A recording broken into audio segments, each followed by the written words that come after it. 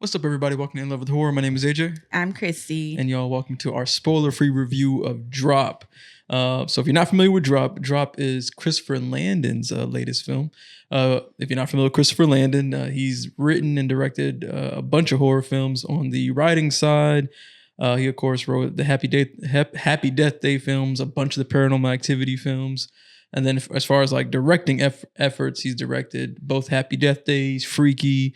He also directed Paranormal Activity, the marked ones of that big franchise, and it's crazy because that's actually one of my favorite ones from that franchise. So I'm like, dang, like he made a banger with that one. You know what I'm saying? So, and I didn't even realize that until we were prepping for this review.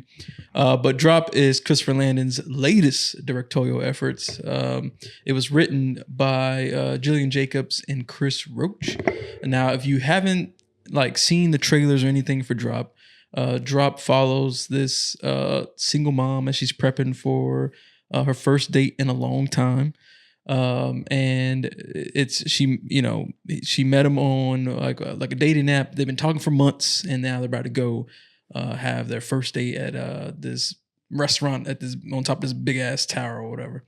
Now when she sits down, for dinner or whatever, all of a sudden she starts getting these random ass like airdrops. They're dropping her like memes, they say shit like, "Oh, you about to have the worst night of your life" and shit like that. And the movie kind of turns into this like it's almost like a whodunit, but the mystery element is, well, who's sending these airdrops and who is essentially putting her in this situation where she has to do some things to get herself out of what is now a terrifying situation. I won't get into what she's got to do, just in case you haven't seen the trailer, but just know the shit gets crazy as you try to figure out what the hell is going on and who's sending her these random ass airdrops. Well, that's the premise of this film. If you've seen the trailer, then you know that this one, like in terms of like the theater going circles, like people got so sick of this trailer because the buzzing sounds. Yeah, the buzzing. Like I don't know who made the trailer, but come on, y'all. It was really annoying. It became an annoying ass trailer because the whole trailer is zzz, and like it almost like it would like get inside your head. You know what I'm saying? Like it's irritating. Yeah, like you need some earplugs watching that trailer or something in the theater. But anyway, that is Drop. Of course, it's coming from Blumhouse, so this is under the Blumhouse banner. But yeah, so Drop. What do you think about it, Ben? I actually want to know what you thought about it first. Oh, you want me to go first? I do. Oh, we changing the game. I give my insight on it. We changing the game. We're switching it all the way up with this review. All right, so I'll go first. So the best way I can describe how I feel about this film is like it's fine. Like it's cool. Like it's okay. It's weird because it's like there's things I like about it and there's things I dislike about it, but neither side like push me like over the line for either direction. So I'm like very in the middle where it's like there's things that keep this film from being great, but it's also not a bad film. Like I think it's a fun film. I like the mystery element. I thought Megan Faye, who's playing the mom who's going on this date. I thought she did good. Her date that she's meeting, what's his name? Brandon Sklenar. I mean, he was there. I feel like he didn't really like do a whole lot, to be honest with you. So I feel like he was fine. Obviously I won't spoil it. I will not spoil anything, but once you figure out like what's going on and who's doing this shit, like I thought I put it like this: all the players are involved because with any mystery film, you're trying to figure out, okay, is it this person? Is it this person? Yeah. I would call that the supporting cast. The people who you're trying to figure out, is it this person? Is this person? I actually liked all the supporting cast. To be honest with you, I feel like some of the supporting cast I thought was better than the leads at times, to keep it real. But yeah, I feel like this film, like, I don't know, like it's just kind of fun. Like, I would say, because sometimes we do on this channel talk about like, hey, should you wait for streaming for this one? I'll be honest and say this film does feel like a streaming film. In my opinion, it does feel that way. Now, it's not to say you shouldn't go out and support it, because I think if you like the mystery, like whodunit style of film, I think you'll find some enjoyment with this one. So I think, in especially with it being under the Blumhouse banner, I'll keep it real. Watching the trailer, I thought this movie was going to be really bad. So at least it has that going for it, where I'm like, oh, like it wasn't bad. Like it's fine. You know what I'm saying? I do think you gotta, obviously you gotta suspend your belief for certain elements of like what's going on. You know what I mean? Especially with some of the things that end up happening. But I feel like overall, it's a fun little mystery thriller that has a take on modern day technology. I thought it's cool to use like this airdrop technology to create a thriller. You know what I'm saying? I was like, oh, that in itself is cool. I think it's a interesting take. I would like to read the script for this film because I'm like, oh, I feel like it's a clever idea. I think that I do wish that there was, like when the reveal actually happens of what's going on, I wish that some of those elements was handled differently.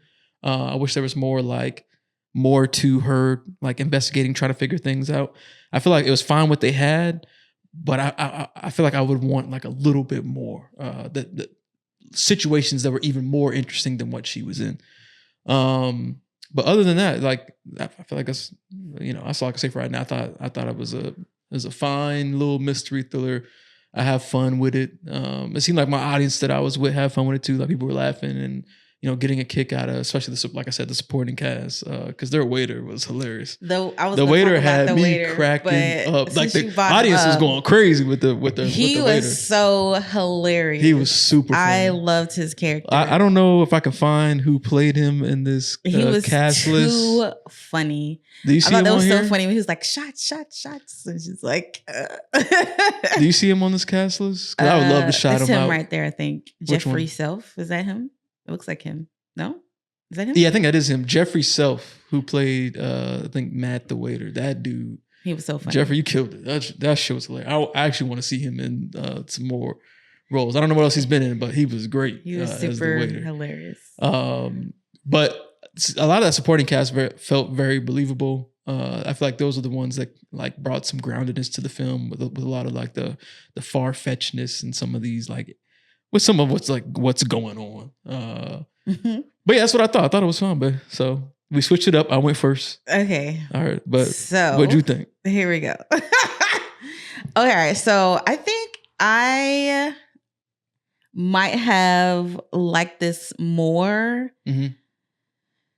if it wasn't so over the top. I feel I know I kind of like tempered my expectations based upon the conversations I had with some people who've already seen it, like in our Discord. So if you're not in our Discord, go to our link in our description and join our Discord. Yep. I would like to I need to do better with talking to people in there, but either way, because of that, I went in with my expectations already tempered. Right.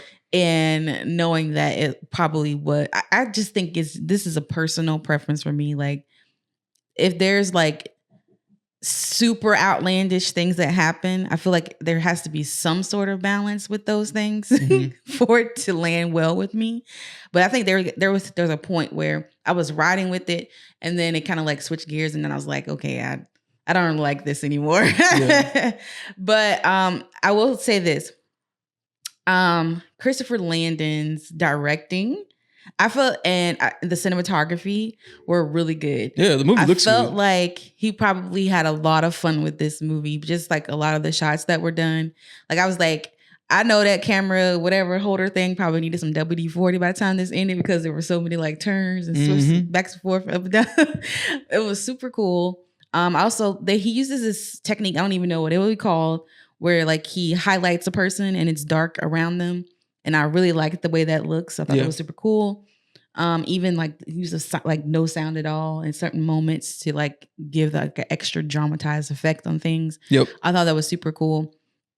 And then, just the design of the restaurant that they're in and everything in there, like everything was super cool. Like they walk through these really cool hallways, the bathroom that she goes in at one point. It's like a really super cool. upscale, nice restaurant.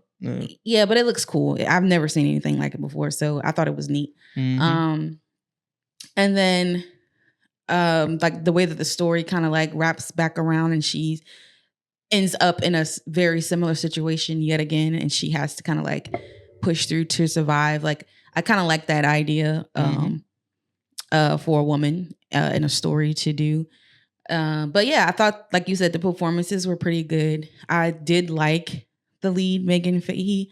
I thought she was super cute. Like, she was like, this is kind of like a rom-com at at the first half of the movie, and then it turns into more of a mystery thriller. Mhm. I think I like the rom-comness a lot better than the mystery thriller part. But that's just me. To me, that part, I don't know, it was just too much to me. It seemed like it was just way overboard. You know what I'm saying? And that's why I said I think at that point, that's kind of where I was just kind of like, don't really like this anymore. Yes, I didn't really mind the situation she got into. I just wish that there was just I think it was just more too or something. stupid. Like there was some stuff, and I was like, "Why are you doing this?" Like Yeah. it was like, "This is stupid." And it was a lot. It wasn't like, "Okay, yeah, you might do this or you might do that," but it was consistently stupid things, and I was just like, "Okay, this is dumb." Really? You thought? Okay, Yeah. that's interesting. Yeah, Because I feel like the driving force that makes her do stuff is pretty strong. You know what I'm saying? No, yeah, it's strong. Yeah. But I'm just saying, I can't. I'll tell you after because we Yeah. haven't actually talked about this at all because we went to see the movie at 2 separate times. So I'll explain what I'm talking about. But, Okay. yeah, I don't know. I just felt like it just got too stupid at points. But overall, as one movie together, I thought it was, like you said, it was okay. Yeah. It was fine. Yeah, that's the best way I can describe it. It's like right in the middle where it's just like, cool. Like I saw it. I'm glad I've seen it once. I don't know if I'd watch it again because I can't really tell if this is the kind of film where like if you watch it a second time, you'll like notice little things. It at least on that first watch, it doesn't seem that way. Maybe it could be. I don't think there's anything to notice, honestly. Yeah, I don't think so either. So I don't even know if I would consider this like a rewatchable film just based off that. I'd be curious to see what people say once it does come out and people can actually like, frame by frame analyze some of this stuff. But going back to what you said about would I wait to watch this? I think I said that to you. Like, if I wasn't reviewing this movie, I would have waited to watch it. I don't feel like this was something like when I get finished watching it, I wasn't like, oh, that was so good. Like, I'm so glad I watched this. Oh, movie. right. Yeah. You know what I'm saying? It was just like, yeah, I wouldn't say that I was like, oh, I'm so glad I watched it. But I was like, cool. I'm not mad that I went to the theater and watched it. Like, that's how I feel personally. okay, I'm not upset about the fact that I paid to go watch it. because of the way we had to figure out how to watch it, I am. Oh, okay. I wish I did. I would have just waited on this one, honestly. Okay. Yeah. I see what you're trying to say. Yeah. I had to rearrange my day basically to go watch this movie, and honestly, I feel like I wouldn't have done that. That's fair.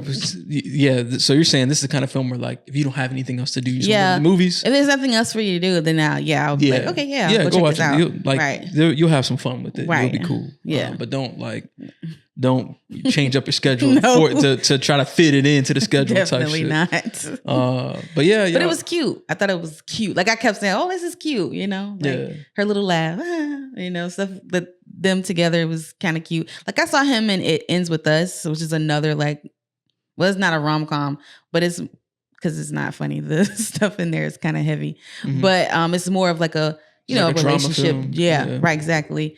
And he's the same way in this movie as he was in it. And he's kind of just like anybody could have been this guy. Right, You true. know what I'm saying? That's exactly how I feel. Yeah, anybody Yeah. like substitute attractive white male, Right, And, and that person anybody could could have been exactly that person. that, Yeah. yeah. That's what I meant. Like he didn't really do a whole lot. Like Right. barely anything. And then there's something that happens in there that I was just like, really? Come on now. Bless Excuse me. you. Mhm. I was Thank you. like, of course. It was Mhm. like, why we always? You know what I'm saying? Yeah, I know what LME talking about. Yeah. And it It's is slightly in the trailer, but Yeah. Yeah, but it did occur. But I'm hopeful. But as you can see, y'all, I feel like we kind of both feel this movie's like kind of mid. It's not bad, but it's not like great either. It's like cool. It's like fine. Yeah. So with that being said, for rating wise, we do our ratings out of 5 over here on In Love with Horror. So what would you give it out of 5? 2.5 out of 5. Yeah. I'm thinking I'm back and forth between 2.5 and 3. But I think 2.5 is mid ground for us.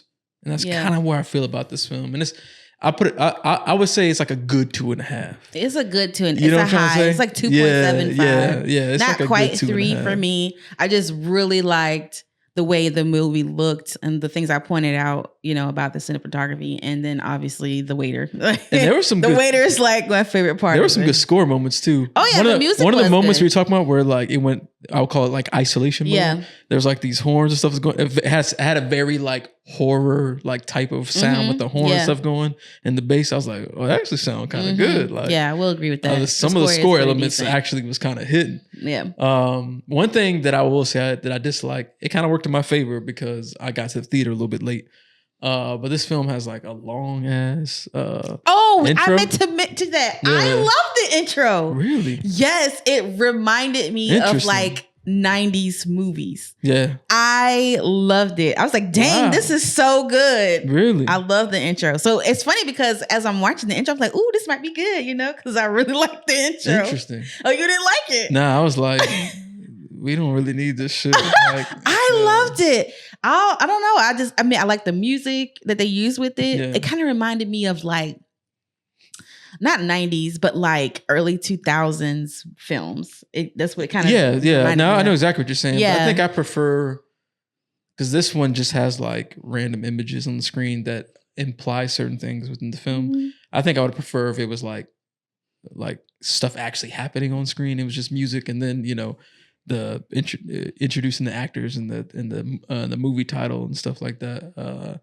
But just how they did it, I was kind of like, I enjoyed it. Let's go ahead and start it. You know what I'm saying? Let's go ahead and start. I'm glad you brought that up though. I did like that intro. That's interesting that you liked it. Yeah, because a lot of times I don't. I feel like you said, that was like a 90s thing. And so like when I watch a 90s film, it has that nostalgia feeling. I'm watching it and I'm like, oh yeah, this is a 90s film. But like I feel like I've gotten to this point where I'd rather the movie just start. You know what I'm saying? And it might just be how, because you don't like commercial, like ads, like all that stuff bothers you. So I think maybe because it was so long, because it was a little bit long. It was long. That's probably what it was. I was like, damn, like, this is a long intro. Like there's a full credits in front of the movie. Yeah, it was pretty long. But I really liked it though. I didn't mind it at all. I was like, well, this is nice. Yeah, but because like you said, I don't really like ads and stuff like that unless they're good. Like something that's like intriguing about them. So that's what I mean by like, I'm cool with the intro if like shit's happening that makes it intriguing or something like that. Speaking of ads, why does it take so long?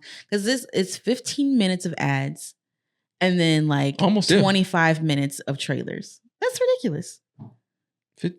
Like basically like 12. I counted it. I checked it on my watch. It was 12 minutes of ads, like just regular stuff. And then the rest of the time was all trailers. You're talking about once Showtime started, right? Not the stuff that happens before Showtime. Once Showtime started. Like my movie started at 10:35. At 10:35, that's when you started counting. I started counting. It was 12 minutes of ads, and then the rest was trailers. And then I think I texted you that it was starting. It was like at 11. My movie started at 10:30 p.m. I walked into the theater probably about 10:52, so about 22 minutes. And the Blumhouse logo was just coming on the screen. So I'd say it was about around 20 to 22 minutes. But either way, like you said, that's a very long time for the Showtime, and then you still got to wait another 20 minutes. Yeah. That's why a lot of people online say like they just wait. Yeah. Like, they don't even I be seeing people come to the theater like after the movie started. After. Yeah, and I see why. Yeah. Well, this is one where you could have walked in even later and you wouldn't have missed nothing, in my opinion. Especially because of the intro, right? Yep. Well, I like the intro, so it was cool. Well, y'all, that's our spoiler-free review for Drop. We both gave it a 2.5 out of 5, but a good 2.5. Like we said, kind of middle of the road film. Not bad, but not great either. It's just like, it's fine. But we want to hear what y'all think about it. If you've seen the film, drop down in the comments below your thoughts for Drop. Did the things work for you? Did the reveal work for you? Was it too far-fetched? Drop all your thoughts in the comments below. And let us know what other Christopher Landon projects that you like. What's your favorite? But yeah, hey, look, while you're here on the channel, or if you're listening on Spotify and Apple Podcasts, make sure you go look at our other podcasts and videos, because we got our Overlook Film Festival review series going on right now. We got 3 reviews up already. We got the Shrouds, David Cronenberg's latest film. We got a spoiler-free review for that. And then we got Abraham's Boys, and then we got Clown in a Cornfield spoiler-free review up as well. So go check out our YouTube channel and or our Spotify or Apple Podcasts. You can check out those reviews. We got 2 more reviews that's coming though from our time at Overlook Film Festival, and that is It Ends and the Screen Life film Life Hack. So I'll be doing those reviews. So stay tuned for the rest of the weekend. But that's it for this one, y'all. Thank you so much for tuning in to this one. We appreciate all of y'all. We love y'all. We see you the next one. We out. Peace.